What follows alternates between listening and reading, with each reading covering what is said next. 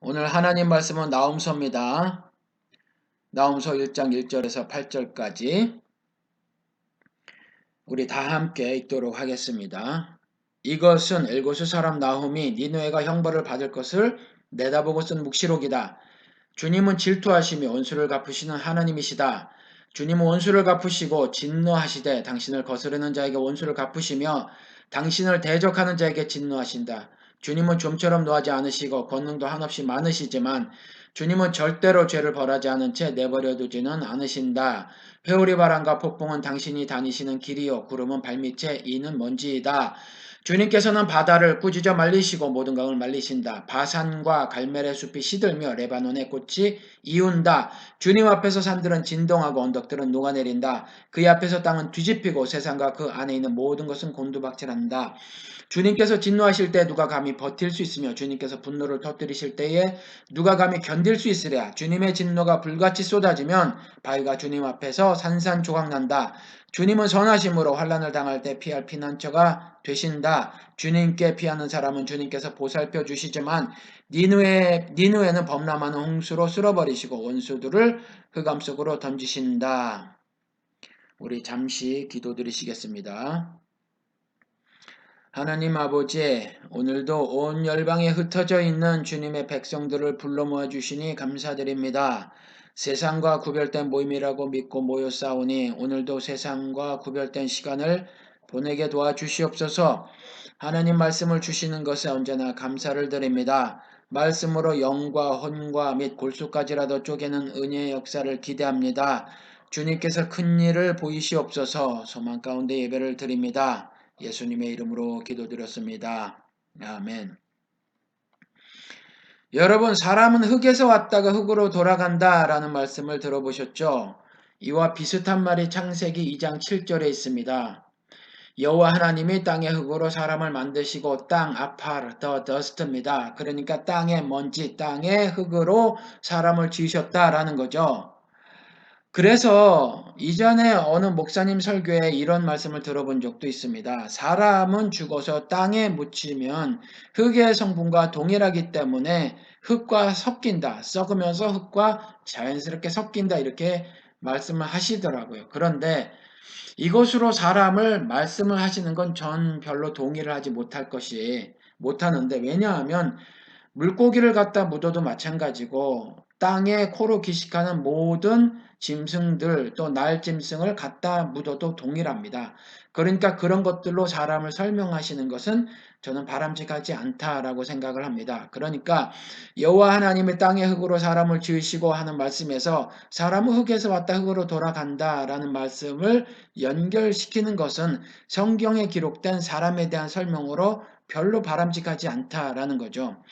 또 하나 그러다 보니까 사람은 흙으로 돌아가는 정말 아무것도 아닌 존재다. 흙에서 만들어졌고 흙으로 돌아갈 뿐인 그러한 존재다라고 말씀을 하는 것 역시 저는요 별로 동의를 하지 않습니다. 물론 하나님의 절대 주권을 강조하려고 그렇게 말을 한 것은 이해가 돼도 사람에 대해서 어떻게 설명을 하고 있는가를 우리가 조금 조심해서 읽어보면 말이에요. 성경이 어떻게 진술하고 있는가를 살펴보면 그렇게 창세기 2장 7절을 통해서 그걸 가지고 그렇게 이해를 하고 해석을 하는 건 저는 바람직하지 않다라고 생각을 합니다. 왜냐하면 창세기 2장 7절에 여호와 하나님이 땅의 흙으로 사람을 지으신다라는 그 말씀 다음에 바로 이어서 생기를 코로 불어넣으셨고요. 그래서 사람이 생명, 즉 리빙 소리 되었다라고 말씀을 하고 있거든요.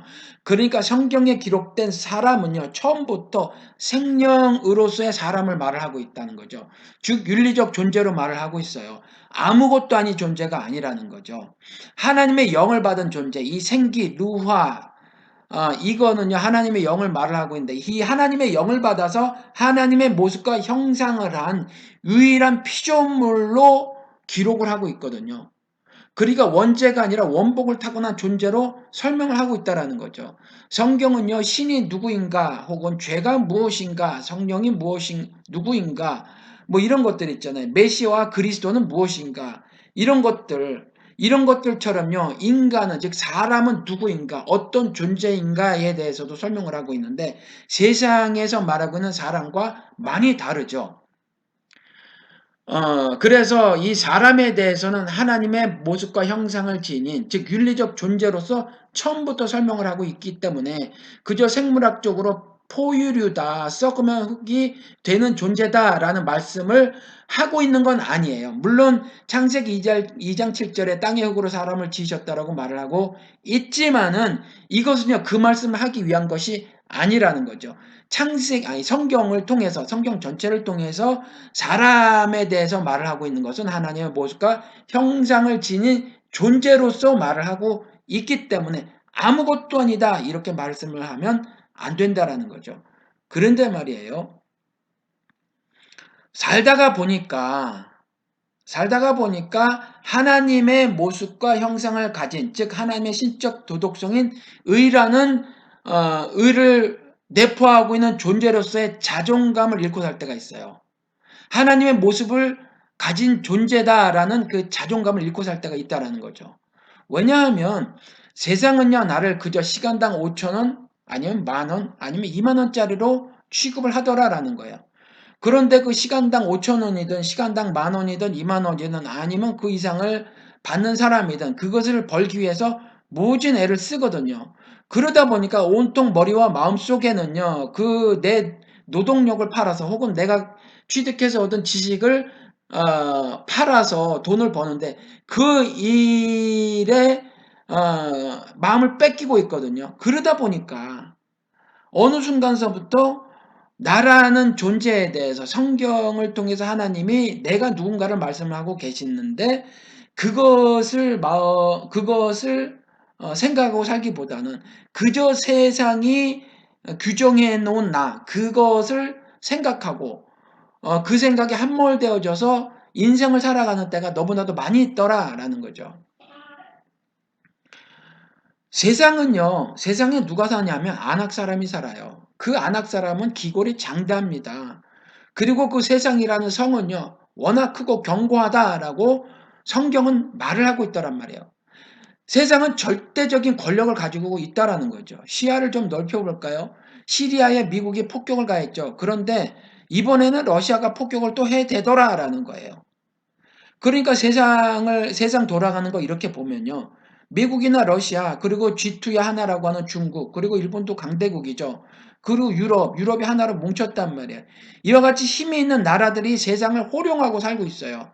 이들은 적당히 서로 힘을 합하기도 하고 또 자기들의 이익을 위해서는 절대적으로 고집을 피우기도 하면서 여전히 세상에 큰 소리를 쳐대고 말이죠. 힘이 없는 국가 그리고 힘이 없는 사람들 위에 군림을 하더라. 그러다 보니까 내가 하나님의 백성이다. 하나님의 모습과 형상을 가진 존재다라고 하는 데에서 하는 것도 발견을 할 수가 없고 왜냐하면 세상이라는 그 세상이 만들어 놓은 그 룰 그리고 법, 그 제도 거기에 내 육신은 할 수 없이 결박되어져서 살 수밖에 없으니까 절대 권력을 가지고 있는 세상의 호령에 나는 그저 복종하며 사는 그 때들이, 순간들이, 시간들이 너무나 많더라라는 거예요.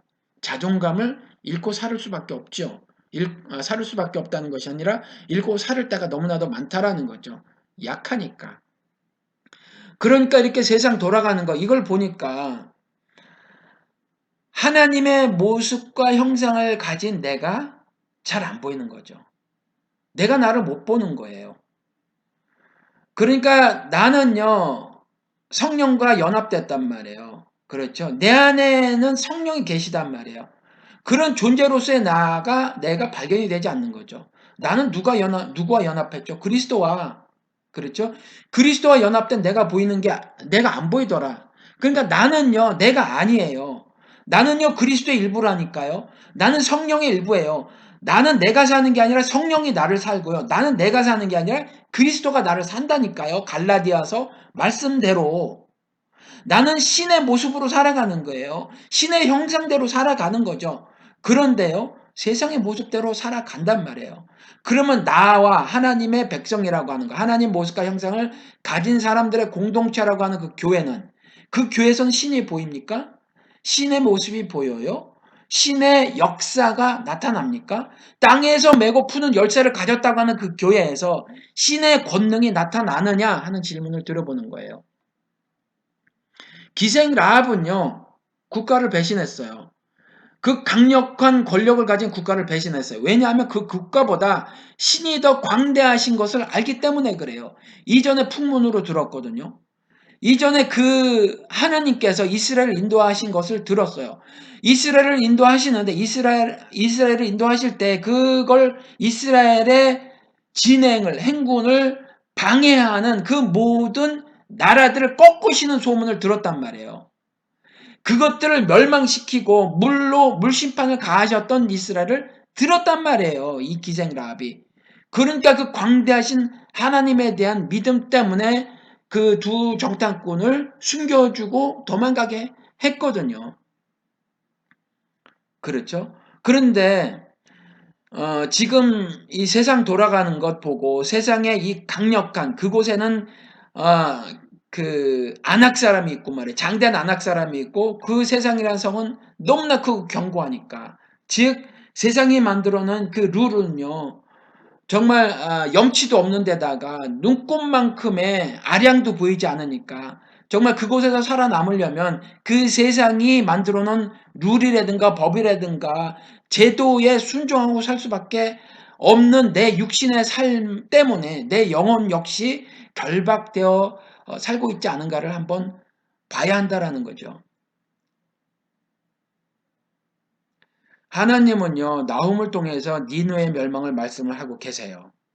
당시에 세상을 호령하고 있던 나라가 아수르란 말이에요. 아수르의 수도가 니느웨고. 그런데 이 니느웨의 완전한 멸망을 말씀하고 계시는 거예요. 나움을 통해서. 그러니까 나움을 통해서 말씀하려고 했던 거는 뭐냐면 하나님이 니느웨의 멸망인데 이 니느웨의 멸망뿐만이 아니라 니느웨를 멸망시키는 하나님 자신이란 말이에요. 그렇죠? 나움이 말하려고 했던 게 바로 그런 거란 말이죠. 다시 말씀을 드릴게요. 니누의 멸망뿐만이 아니라 니누에를 멸망시키는 하나님을 나움은 말하고 싶었고요. 나움의 입을 통해서 사실은 하나님이 말씀하고 싶었던 거죠. 이 메시지를 오늘 작은 지하 교회의 모든 회원들 그리고 회원은 아니시지만 이 예배를 함께 드리시는 모든 분들이 이 하나님의 메시지를 듣기를 바랍니다. 이 니느웨가 요나서에도 기록이 되어져 있죠. 나훔서랑 다르게. 나훔서와 더불어서. 근데 이 요나서에는요. 나훔서와는 좀 다르게 기록이 되어져 있어요.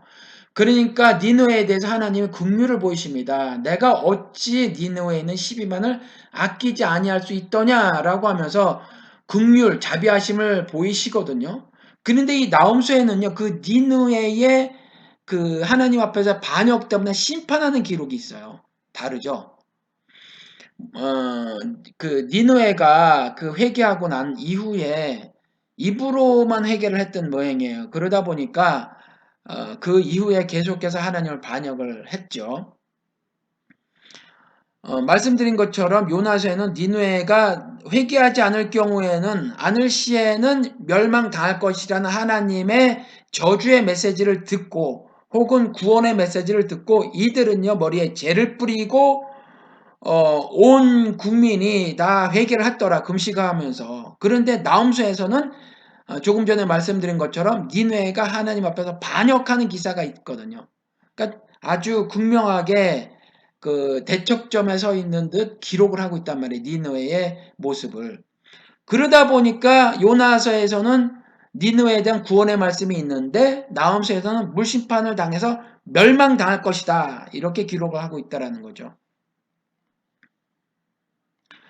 그러니까 오늘 나홈서를 통해서는 요나서를 통해서는 나중에 또 복음을 전할 말씀을 전할 때가 있으면은 요나서를 통한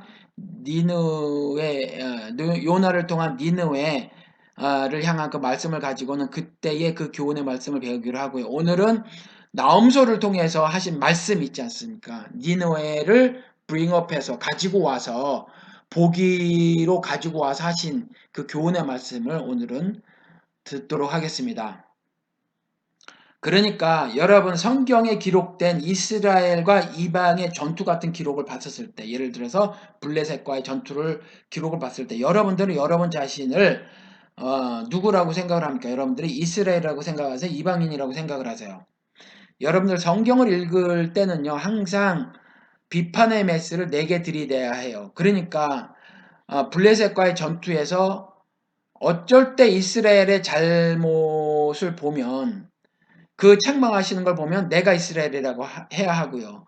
또 이스라엘을 인도하실 때에 반역하는 이방 나라들을 봤을 때 나를 이방 나라로 어, 적용을 해야 한다라는 거죠.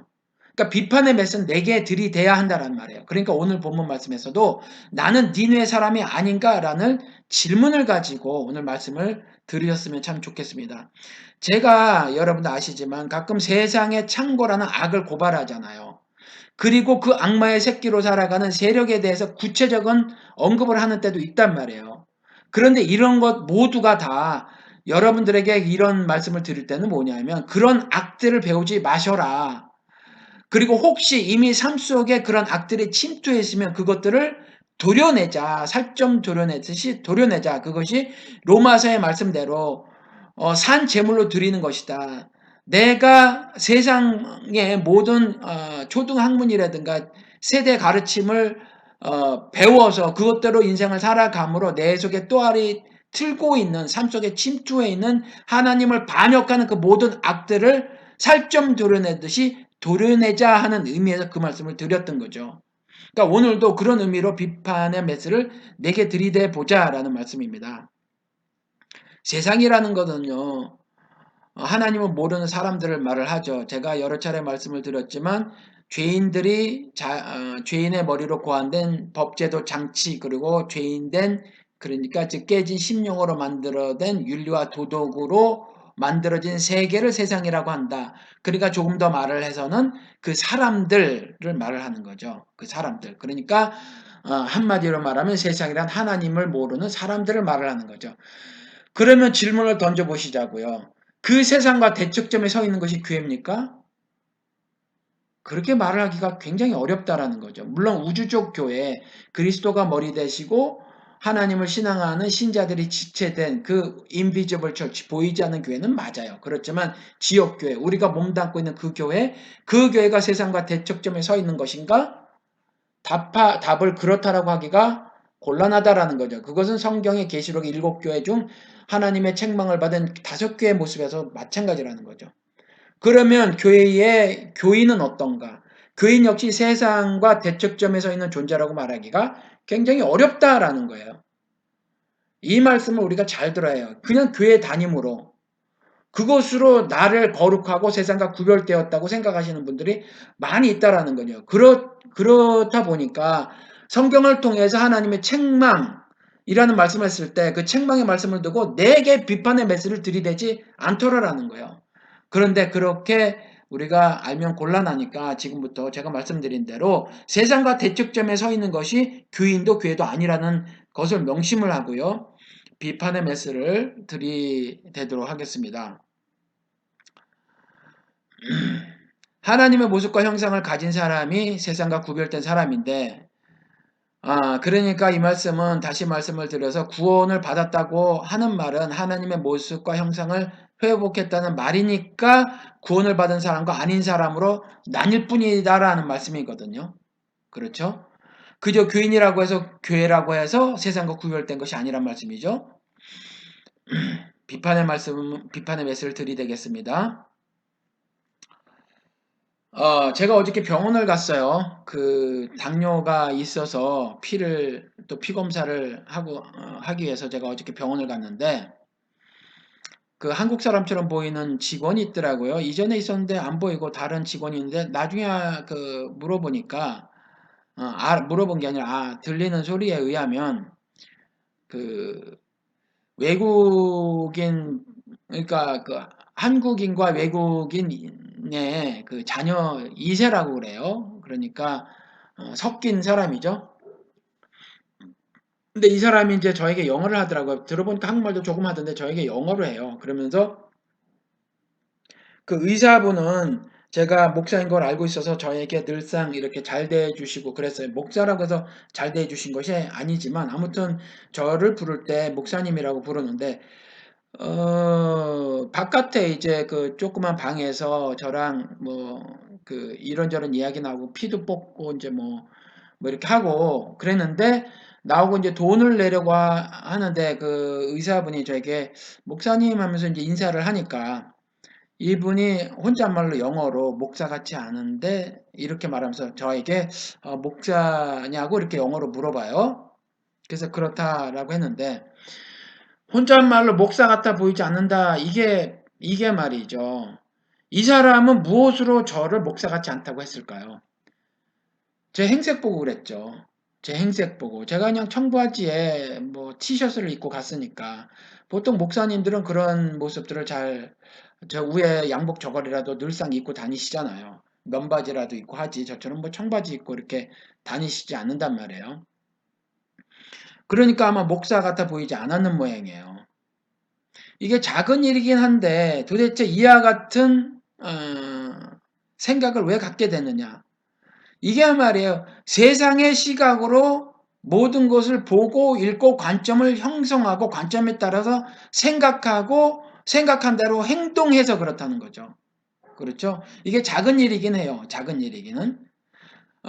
그런데 그러니까 목사라고 밝혀진 이후에 말투가 조금 달라진 듯 뭐 그렇더란 말이에요. 그러니까 어, 이렇게 세상의 시각으로 모든 것을 보고 읽고 관점을 형성하고 관점에 따라 생각하고 생각에 따라 행동한다면 나는 니누에가 돼버리는 거예요. 나는 니누에. 그렇죠.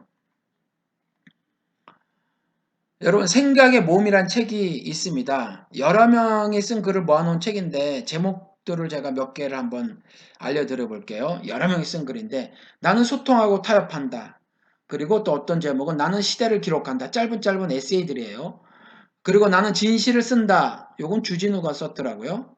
근데 이런 이제 보통의 제목들이 있어요. 그리고 보통의 생각들이 있습니다.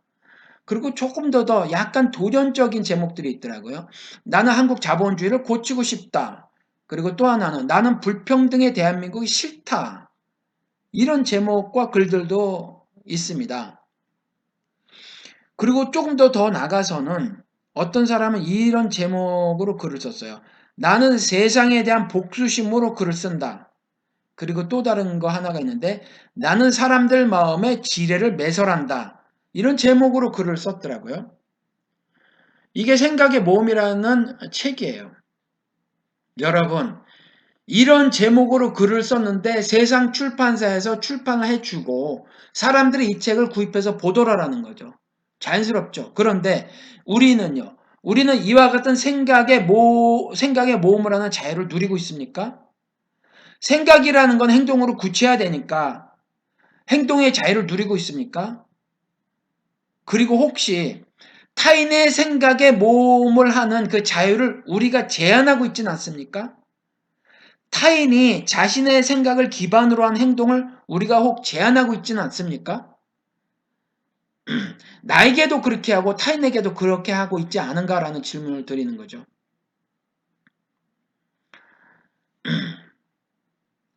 환일고등학교라는 고등학교가 있습니다. 예일고등학교와 더불어서 그 성은 모르겠는데 이름이 예환이라고 그래요. 그래서 자기 이름을 따서 예일고등학교, 환일고등학교라고 그렇게 학교를 세웠다고 하던데 이 환일고등학교 홈페이지에 가보면은 어, 이렇게 보이고 있습니다. 제가 읽어드릴게요. 예배를 얼마나 드리는지 그 고등학교에서 교사 헌신 예배가 연 3회가 있습니다.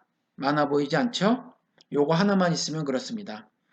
학생 헌신 예배가 또 3회가 있어요. 학생 헌신 예배에 무슨 교사가 참여하지 않겠습니까? 그리고 선교 담당 부교사 헌신 예배가 연 1회가 있고 찬양 예배가 연 6회, 정기 예배가 연 3회, 특별 예배가 연 2회, 그 밖에도 열린 예배, 신입생 환영 예배, 기도원 성경 전달 예배, 부활절 예배, 추수감사 예배, 성탄절 예배, 심령 대부흥회 이렇게 있어요. 그리고 이게 다가 아니에요. 성가 경연 대회, 성경 퀴즈 대회, 성경 경시 대회, 감사절 기노분 쓰기, 그리고 편지 쓰기 대회, 세례식 및 성찬식, 교사 신우 기도회, 학부모 기도회, 성교부장 교육 및 기도회, 모교 찬양 집회, 신앙 간증집 발간 등등이 있다라는 거죠. 교회도 비슷하죠. 이런 행위들이 진리이신 그리스도를 통해서 얻은 자유입니까? 혹 나는 이런 것들에 참여를 강요하면서 타인의 자유를 구속하지는 않았습니까? 예배를 제가 예를 들은 거예요, 그냥. 근데 삶의 모든 영역에서 자유를 마음껏 누리는 권리를 우리들에게 주셨잖아요, 예수 그리스도께서. 나에게만 주신 것이 아니라 타인에게도 그걸 주셨거든요. 그런데 내가 나에게, 그리고 내가 타인에게 내가 만든 법을 적용해서 나도 제한을 가하고 있고 타인에게도 제한을 가하고 있지 않은가라는 말씀을 드리는 겁니다.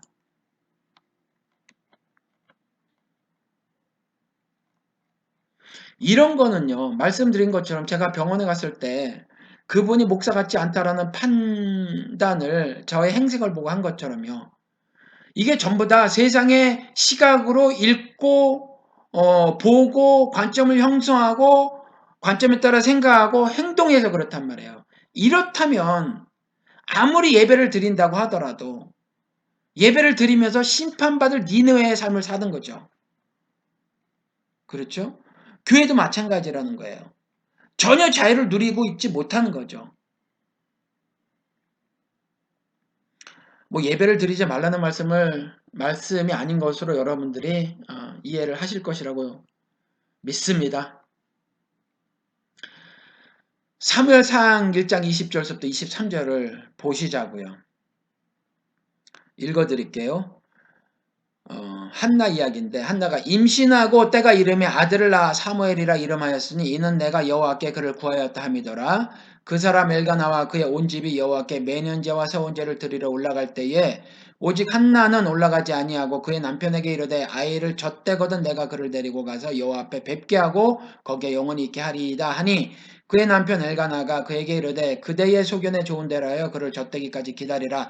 오직 여호와께서 그의 말씀대로 이루기를 원하노라 하니라.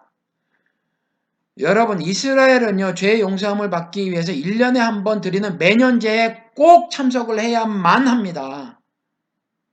그렇지 않으면요 죄를 용서받을 길이 없었어요. 지금처럼 만인 제사장 제도를 확립하지 않은 시대에 살았으니까 예수 그리스도의 이름으로 우리가 스스로 마땅히 드릴 영적 예배처럼 기도를 드릴 수가 없으니까 제사장이 없이 우리가 스스로 제사장이 되었으니까 하나님께 직접 예수 그리스도의 이름으로 대제사장 대신 예수 그리스도의 이름으로 나의 죄를 토설하고요. 하나님으로부터 즉 예수 그리스도를 통해서 죄 용서함을 직접 받잖아요. 그걸 성령 하나님께서 딜리버리를 우리들에게 하시고 그렇죠. 그와 같은 제도를 지금 세워주시지 않았을 때는요. 제사장이 있는 그 회막에 성막에 산당에 올라가서 나의 죄를 토설하지 않으면 재물을 가지고 가서 하지 않으면요 죄를 용서받을 방법이 없었어요. 방도가 없었단 말이에요. 그런데 한나가 안 간대요. 그 매년제 안 간답니다. 안 가는데 남편도 괜찮다 그래요. 그대의 소견에 좋은 대로 그대로 해라 라고 한다라는 거죠. 지금 제가 예배를 말씀을 드렸잖아요. 그렇죠. 예배 목숨을 왜 걸어야 해요? 예배 목숨 걸라고 하는 목사들이요. 정말 하나님의 심장에 있는 우리를 향한 사랑을 알긴 하는지 모르겠다라는 거죠. 하나님의 뜻, 하나님의 섭리를 어떻게 하나님께서 구현하시는가를 알긴 하는지 제가 모르겠다라는 거죠. 예배 중심을 그렇게 강조하는 건 옳지 않다라는 거죠. 다시 말씀을 드려요. 예배를 드리지 말라라는 말씀이 결코 아니에요. 예배를 소홀히 하라는 말씀도 결코 아니에요. 예배를 드리세요. 예배를 드리지만 예배를 성경에 기록된 대로 하나님 말씀하시는 대로 구약의 제사처럼 제사를 드리는 것처럼 그렇게 드리라는 거죠. 내 제물로 드리는 것처럼 죽는 거잖아요. 죽어서 죄를 용서받는 거잖아요. 그러니까 이제는 내 거룩한 몸을 정말로 죽이고 목을 따고 각을 칠 수 없으니까 제물로 드리기는 드리는데 산제물로 드리는 거잖아요. 그렇지만 산제물로 드리지만 죽은 제물 드리는 것처럼 그렇게 드리는 것이 너희가 그렇게 제사를 드리는 것이 마땅히 드릴 너희들의 영적 예배라고 말씀을 하시잖아요. 그렇게 하라는 말이죠. 예배를 드려도. 그리고 예배를 제가 예를 드렸지만 삶의 모든 영역에서 마음껏 자유를 누리는 권리를 주셨거든요. 그러니까 그걸 내가 나한테도 제한을 가하지 마시고요. 남에게도 제한을 가하는 범죄를 저지르지 말라는 말씀입니다. 신자에게 부여된 이 자유는요, 그리스도와 연합된 사람들만이 누리는 특권이에요. 이걸 누리지 못한다면 어찌 신자라고 할 수 있겠습니까? 이렇게 말씀을 드리면 그렇다고 해서 그렇게 생각하고 말하고 행동하고 산다고 해서 심판받을 니느웨라고는 할 수가 없지 않겠느냐. 그렇게 말씀을 한다면 그건 너무한 일이 아니겠느냐. 뭐 이렇게 생각이 들 수도 있을 거예요. 그렇죠? 그런데 하나님께서는 그 제사에 올인한 이스라엘에게 하신 말씀들을 들어보면 정말로 그렇다란 말이에요. 그러니까 그렇게 알고 사는 거는요, 심판받을 니느웨의 삶을 살고 있다라고 말을 하는 것이 조금도 과하지 않다라는 거죠. 하느님 뭐라 그래요? 너희들이 갖고 온 재물에 배불러. 그렇게 열심으로다가 재물 모아서 가져온단 말이에요. 그거 배부르다는 거죠. 그리스도 뭐라 그래? 성전을 헐어버려. 여기에 예루살렘에 다 모였죠. 원근각제에서 재물을 다 가지고. 근데 그 성전 헐어버려라고 하잖아요. 헐어버려. 그러니까 심판받을 행동임에 분명하다라는 거죠. 이러한 니누에 대한 말씀을 듣고요. 우리가 알아야 할 것은 하나님은 하나님이다라는 거예요. 하나님은 하나님이다. 하나님은 하나님이다라는 말은 하나님은 하나님이어서 선하다라는 거예요. 하나님은 하나님이어서 선하시다. 하나님이 제시하신 선이 선이고요. 하나님이 악이라고 하신 것이 악이에요. 그리고 하나님은 창조주여서 주인이시고요. 주인이시여서 즉 역사를 주관하시는 거죠. 그렇죠? 그걸 모르는 니느에게 자신이 하나님이심, 즉 신이심을 분명히 밝히시는 것이 본문이란 말이에요. 오늘 4절 5절 읽어드릴게요. 주님께서는 바다를 꾸짖어 말리시고 모든 강을 말리신다. 바산과 갈멜의 숲이 시들며 레바논의 꽃이 이운다. 주님 앞에서 신들은 진동하고 언덕들은 녹아내린다. 그의 앞에서 땅은 뒤집히고 세상과 그 안에 있는 모든 것은 곤두박질한다. 그렇죠. 하나님은요, 자신을 말씀하실 때 이와 같이 자연을 다스리시는 분으로 이렇게 말씀하실 때가 있어요. 그렇죠. 이건 왜냐하면 신만이 하실 수 있는 거니까. 그렇죠. 신만이. 그러니까 그리스도께서 그 바다를 잠잠케 하시는 거 이런 거라든가 요나서에서도 그렇게 파도를 잠잠케 하시고 이런 거. 그렇죠.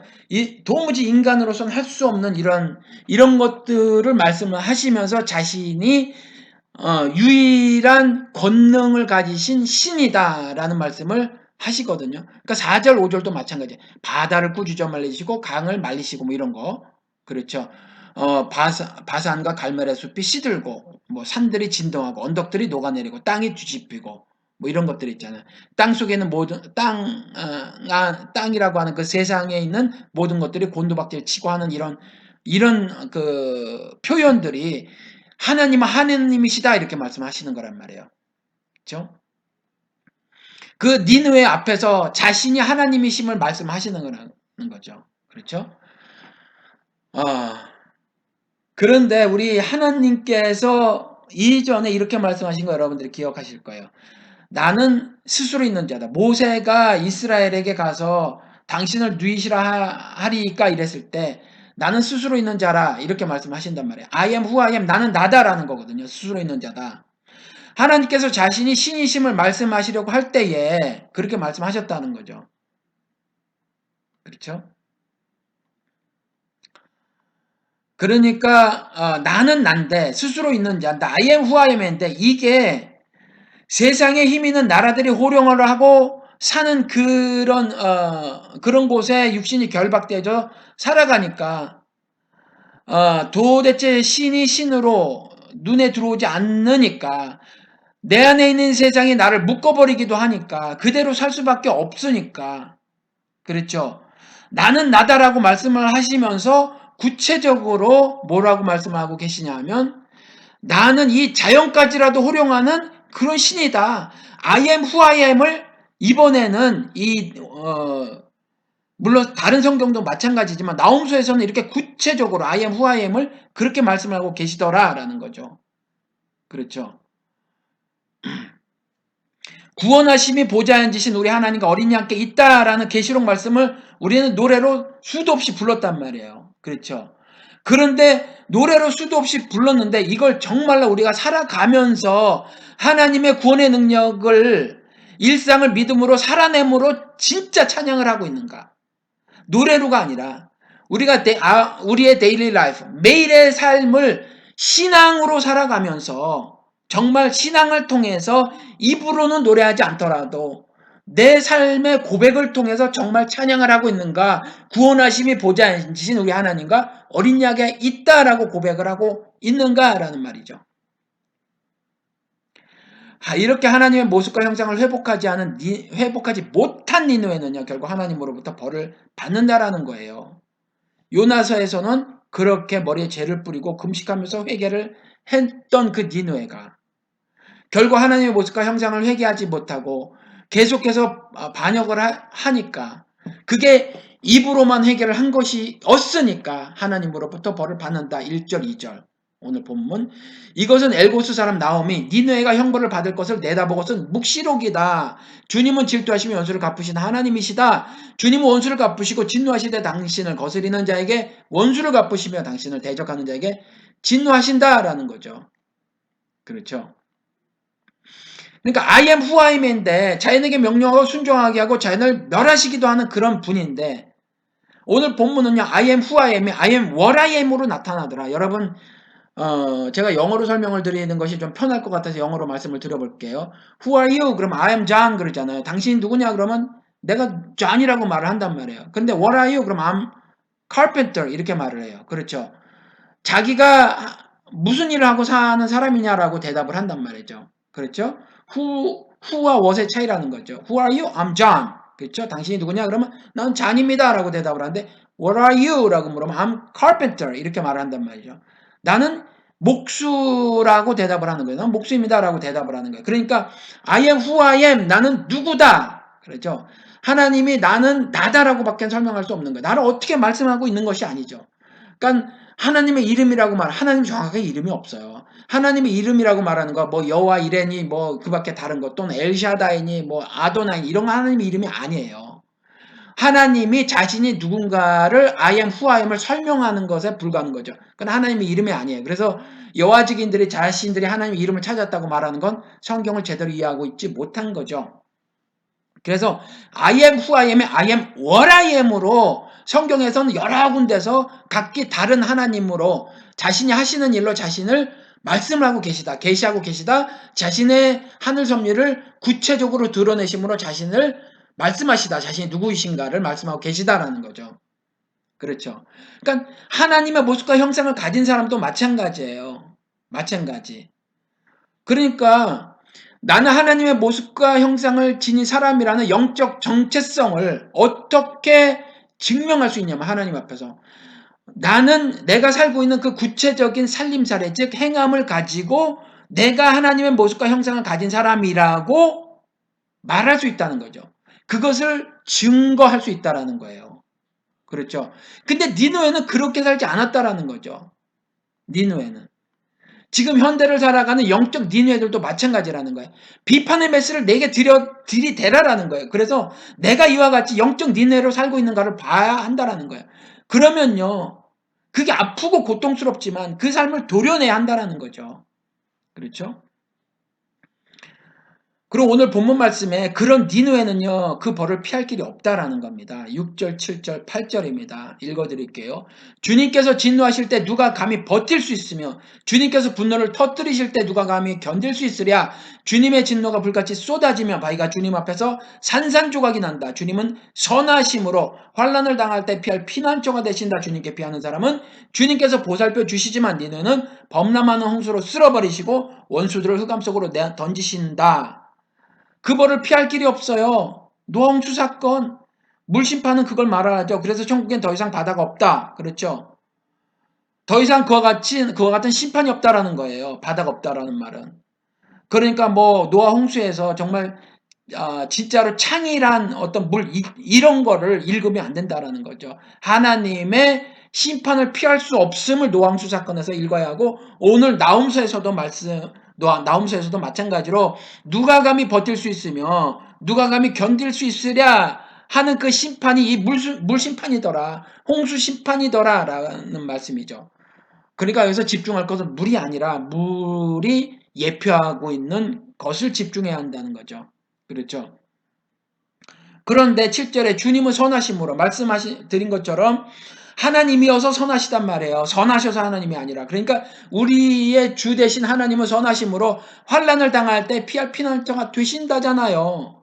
그리고 주님께 피하는 사람은 주님께서 보살펴 주신다잖아요. 7절에. 그렇죠.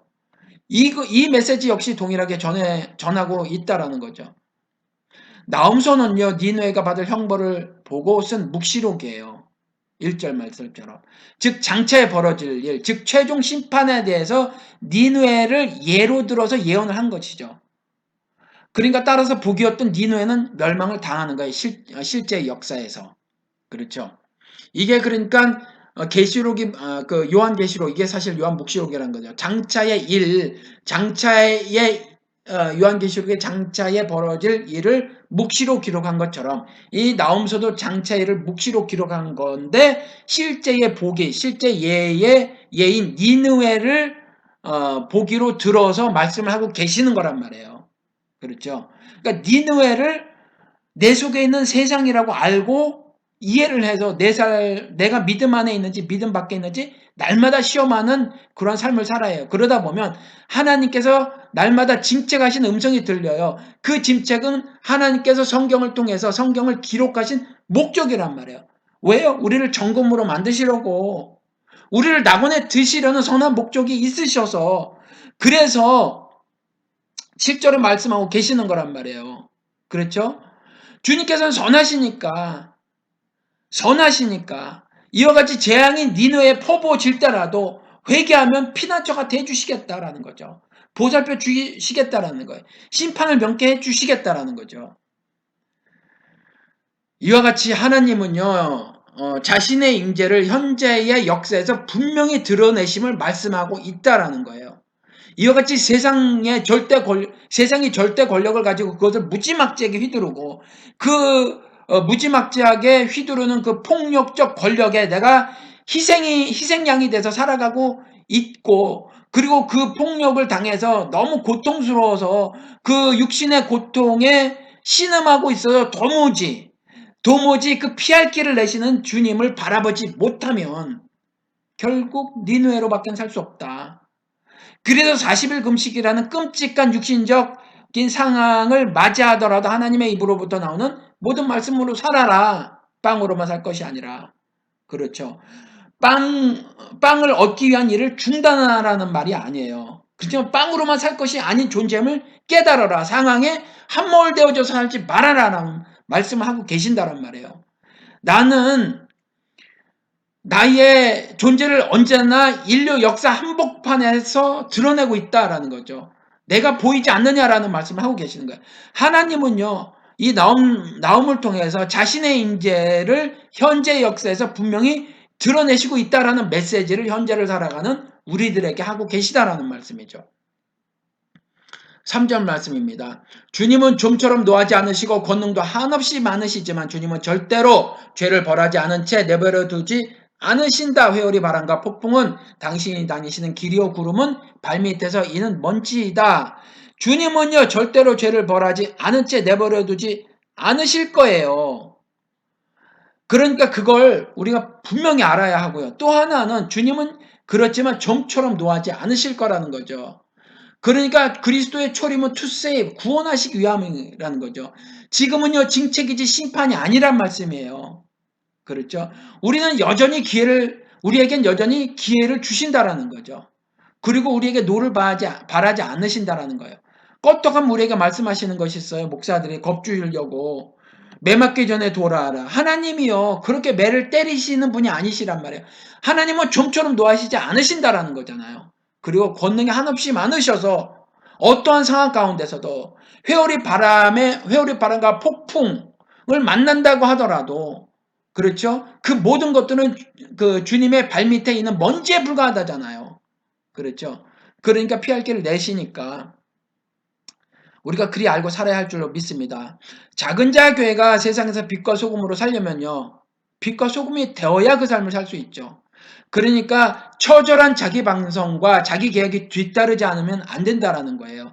성경에서 이스라엘과 이방인의 전쟁 기사를 읽으면서 나를 이스라엘로 생각하는 건 잘못이에요. 그러니까 성경을 읽을 때 하나님께서 하시는 책망은 모두 내게 하는 말로 들으셔야 성경을 올바로 읽는 거라는 거죠. 그러니까 죄를 뒤집어 쓰고 금식을 하며 회개를 했어도 한 번 회개로 그치고 삶은 여전히 팥죽 한 그릇에 팥죽 그릇 팥죽이 담긴 그릇에 관심이 가면 즉 세상살이에 여념이 없으면 그것도 잘못이라는 거예요. 그렇죠? 그리고 세상살이에 여념이 없을 수밖에 없는 거 하나님은 다 아신다. 그래서 나무라지 않을 것이다. 게다가 그리스도 이 땅에 오신 이유가 생명을 얻게 하고 풍성히 하게 하려 함이라고 분명히 요한복음 10장 10절에 기록이 되어져 있으니까 구원은 이미 따놓은 당상이다. 그래서 이제부터는 기대서 복을 받으며 사는 것이 신자의 삶이 아니겠는가? 이러면서 말이에요. 이전에 누가 거짓 예언자들이, 거짓 그 선지자들이 그렇게 가르쳐 준 대로 나의 생각에 어떤 붙은 관성이 있단 말이에요. 그 관성대로 어제와 다름없는 오늘을 살면 잘못이에요. 그것도 잘못. 그리고 만약에 이집트에 가서 바로와 맞짱 뜰 생각이 여러분 아니시잖아요. 모세처럼. 그러면 이집트에서 탈출해야 한단 말이에요. 그런데 이집트에서 머물러 있으면 고기와 마늘이 보장이 돼요. 그러니까 탈출을 결심하지 못하고 하나님과 그와 같은 육신의 복을 준다고 하는 바알사에서 머뭇거리는 것도 잘못이라는 거죠. 그래서 무슨 미련이 남았는지 무슨 미련을 남겨두어야 하는지 하나님을 반역하는 교회에서 나오지 못하고 우물쭈물하는 거 이게 잘못이라는 거죠. 이념에 묶이고 반공 이데올로기에 쪄들어서 그리스도에게서 끊어질지라도 형제를 사랑하는 마음이 드는 대신에 북한을 주적으로 삼는 것도 잘못이에요. 그래서 그걸 국시로 하는 것도 잘못이라고요. 그게 우리나라 법으로는 맞는지 모르지만 그게 하나님 법에는 맞지 않는단 말이에요. 그래서 형제들을 죄다 종북으로 몰아버리는 것도 하나님께서 결코 용서하지 않으실 잘못이란 말이죠. 안식이 뭐예요? 쉼이에요. 쉼이 뭐예요? 구원이에요. 그런데 교회를 갔더니 교회에서 노동에 지치게 만드는 사람들이 있어요. 교회 지도자라고 하는 사람들. 그리고 지치기를 아예 자초하는 사람도 있어요. 이게 뭐예요? 이것도 다 잘못이에요. 이것도 다 잘못. 그렇죠? 로마서 3장 23절에 가서 보면 23절인가 아마 그럴 것 같은데 정확진 않아요. 아마 그럴 것 같습니다. 모든 사람이 죄를 범하였으며 하나님의 영광에 이르지 못하더니 이렇게 말을 해놓고 있잖아요. 죄를 범해서 하나님의 영광에 이르지 못해요. 하나님의 영광은요. 죄 때문에 가려지는 거란 말이에요. 나한테도 가려지고 그렇죠. 나한테도 안 나타나고 이웃에게도 안 나타나는 거예요. 죄 때문에. 그럼 영광을 받으시는 건 뭐예요? 이 죄 문제가 해결되었을 때 죄가 탕감받아졌을 때 죄의 저주로부터 해방되었을 때 그때 하나님의 영광이 나타나는 거잖아요. 그런데 그 세상에서 유명해지고 세상에서 성공한 것으로 하나님께 영광을 돌린다. 이런 거요. 이것도 잘못이에요. 하나님의 말씀을 왜곡하는 거니까. 그러다 보니까 우리는 어떤 행동을 해요? 성공하고 유명한 사람들에게만 집중하잖아요. 그러니까 성공하고 유명한 사람들에게만 향하는 간사한 내 마음도 유죄라는 거예요. 그것도 유죄. 그렇죠? 하나님을 올바로 신앙하는 사람으로 자녀를 키우려고 하기보다는 세상에서 성공한 사람으로 자녀를 키우려고 하는 그 부모의 마음도 그것도 하나님 눈에는 유죄라니까요. 하나님의 율법으로 보면 그것도 유죄다라는 거죠. 부모로서 자녀들에게 하늘 엽을 전달해주는 의무를 소홀히 하는 것도 유죄고요. 자녀로서 부모를 공경함으로 하늘 엽을 받을 생각을 해야 하는데 하지 않는 것도 유죄예요. 자녀들. 그리고 교회 가서 부모와 자식이 따로 국밥이 돼서 노는 것도 유죄입니다. 율법 없는 자처럼 남편을 무시하는 것도 유죄, 아내를 홀대하는 것도 유죄입니다. 이런 신앙적 니네를 하나님은 반드시 벌하신다는 거죠. 그리고 그 하나님 벌은 절대로 피할 수 없어요. 그런데 여러분 요나서는 다르게 니느웨의 심판을 말씀하신 하나님께서 좀처럼 놓아지지 않으신다고 기록을 하고 있잖아요. 이게 짐승과 일반이 죽음을 당하지 않는 우리에게 소망이 된단 말이에요. 기회가 여전히 주어졌다라는 거죠. 니느웨 12만에게 어찌 아끼지 아니할 수 있겠느냐라고 하신 말씀을 여러분들이 기억하실 겁니다. 구원하심이 보좌하신 우리 하나님과 어린 양께 이또다시면서 구원의 능력을 찬양하신다면 3절 권능도 많으셔서 니느웨를 구원하실 수 있다는 것도 믿으시기 바랍니다. 세상에 사니까, 육신은 세상에 결박되어 사니까, 육신은 세상의 법에 묶이고 제도에 갇혀서 사니까, 그러니까 하나님이 보이지 않으실 때도 있을 거예요. 그렇지만 하나님의 자녀로서의 삶을 살고 있는가에 그렇다라고 대답하기 어려울 때도 있을 것이고, 더 나아가서 아버지를 욕되게 하고 살지는 않은가라는 질문에 아담처럼 두려서 숨고 싶을 때도 있으실 거예요. 그렇지만 하나님을 쏙 빼닮은 하나님 자녀로서의 모습이 내게 있다니까요. 그렇죠? 그래서 하나님의 자녀는요, 자신에게 발견되는 신앙적 니느웨에 대한 그 모습 있잖아요. 말씀으로 그게 발견이 되고 지적이 돼서, 그렇죠. 율법은 죄를 발견케 하는 것에 목적이 있으니까. 그런 하나님을 쏙 빼닮은 하나님의 자녀로서의 모습이 내게 있으니까 그런 하나님의 자녀는요, 자신에게 발견되는 이와 같은 신앙적 니느에 대한 지적이 있잖아요. 만약에 하나님께서 말씀으로 이걸 지적을 하시면 하나님께서 하시는 징책이라고 듣는단 말이에요, 이게. 그리고 나서 오래 참으시는 하나님 안에서 소망을 발견하고 살죠. 그렇죠. 그저 칭찬만 듣기를 원하는 사람, 그래서 고래로 살기를 원하는 사람, 그런 사람들이 하나님의 징책의 말씀을 듣기를 싫어하더라. 이 징책이 소망의 말씀인 걸 전혀 알지 못하더라.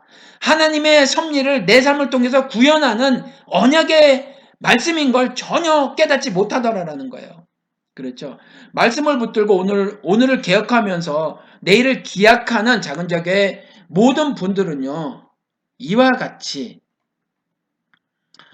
세상의 빛과 소금으로 살기 위해서 빛과 소금이 되어지기를 바랍니다. 그렇게 먼저 되어져야 한다라는 거죠. 정금이 먼저 되어져야 한다라는 말입니다.